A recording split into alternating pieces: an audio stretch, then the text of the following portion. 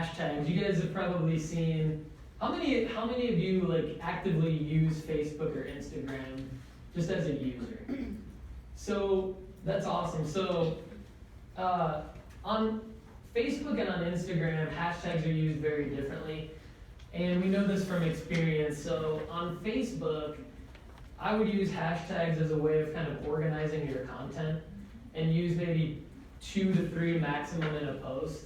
So just general best practices. So if you're going to be posting, and in this exercise we'll do in a little bit, you might be thinking through, here are 3 things that I want to be able, like 3 topics that are relevant to my business that I want to post about in a month. You might use a hashtag to kind of organize that, because then if you click on that hashtag, you're going to be able to see all the content that was organized under that category and maybe distribute that in an e-newsletter or use it as a tool for your business.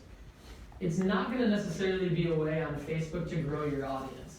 On Instagram, however, it's definitely a tool to grow your audience, because the user behavior on Instagram is to go and search in the explore function for hashtags. So on Instagram, we recommend using 10, 11, 12, 13. The limit, I think, is 30 hashtags if you use an Instagram post.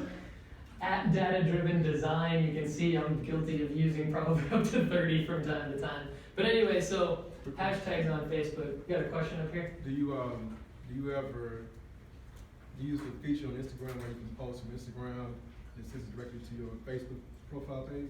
So yes, I do that from time to time. The one thing that we want to make sure of when we automate posts like that is like the feature that I use on Instagram is on a per post basis. That little slider where you tap it and it'll slide over the little blue slider, like do you want to send this to Facebook or Twitter or Tumblr, I think is the other one. So I always just kind of ask myself, like, if I'm going to do that, what am I going to write in the Instagram caption or in the Facebook caption that would send it to Instagram?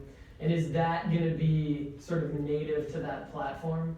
So in other words, like, if I'm going to make a post on Facebook, am I going to write something that would make sense for an Instagram user and vice versa? And if not, then I'll just post them separately, because the user on Instagram will know that it was automated from Facebook, and it's not likely to be engaged with at a high enough level. Does that make sense? Does that kind of answer your question? Yeah. So you want to just kind of think through, like, I'm going to do it, I can do it, but I only want to automate it to a tweet if the first 280 characters of it are going to read like a native tweet. And if not, then I'm just going to go to Twitter and post it.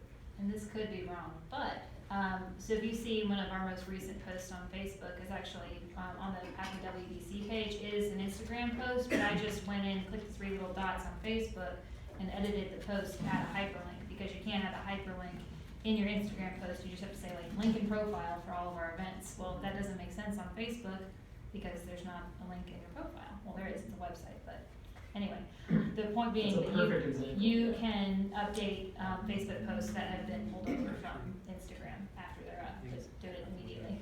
That's a perfect example. That's exactly what I mean when I say, and that's a great point, because you can go over into the other platform, in this case Facebook, and make sure that it's looking like a Facebook post, basically. So just real quick, I'll kind of go through some important points on video for Facebook. Facebook Live is killing it. It is like getting, just on the data side of things, I'll just tell you, there's an example later on in the slide deck.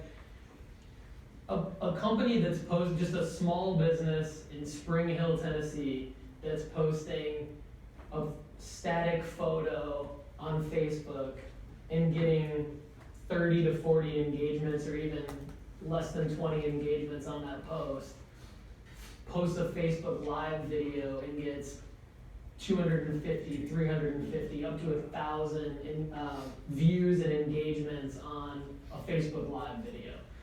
Part of that is because Facebook is pushing Facebook Live heavily, but as marketers, basically like CEOs that are also marketers and everything else for your business, when you think about, if I'm going to spend 15 minutes of my day doing something on Facebook, that I could be using that 15 minutes to do something else, getting your phone out and doing a Facebook Live is going to be a much better spent 5 to 15 minutes than taking a photo and, or taking, say, 5 photos and debating which one to pick and then posting that. You're just gonna get a lot more bang for your buck in terms of like return on your time.